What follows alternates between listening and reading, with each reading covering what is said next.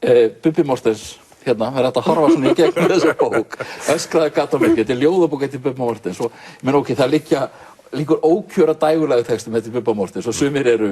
ofsalega snjallir og með kröftugu línum sem allir kunna svo annað bara leir eins og gengur þegar menn eru svona afkastamiklir þannig hann með ljóðabók Þegar ég opnaði bókina hugsaði ég skildi þetta vera bara eins og 20 súper dægurlega textar eða eitthvað svoleiðis en það sem við blasti bara allt annað þetta bara ljóðskáldið Bubbi sem sprettur þarna fram og hann greinilega, þetta svona sjálfsævisögulegt allavega að einhverju miklu leyti og hann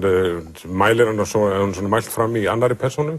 persónan glímir við fíkn hún glímir við áfall í æsku og svo glímir hún við að koma aftur svona til byggða eða inn í ljósið eins og hann segir mér finnst þetta bara hörkubók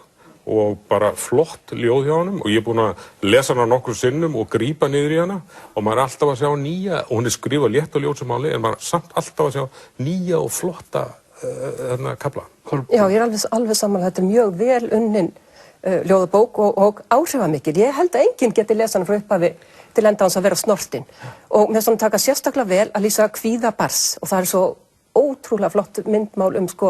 þegar kvíðinn kemur siglandi undir svörtum seglum og svo skríða skrímslin í land og taka sér bólfestu hjá þessum litla dreng og hvernig hann lýsir móður sinni þegar maður er búin að lesa þessa bók þá langar maður til að setjast niður með höfundunum og ræða bókina og þá hefur höfundunum tekist ansi vel upp og maður sér líka að hann vísar í ýmsar bókmenntir þarna en án þess það bara að því hann hefur lesið þær það ekki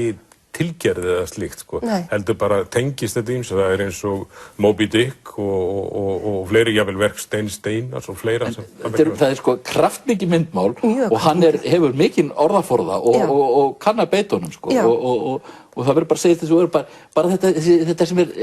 er tilfært hérna á baksíðu sláðu fyrsta höggið, pírðu augun láttu hnefan ríða á andlit sannleikans það kraftur í þessu hann á að fara í skólana og lesa upp og ræða við unglingana og ég alveg vissum að hann alveg beinu þessa bók og ljóð og skáldskap af því að hann fann sér svona griðastað í skáldskapnum þegar hann var ungur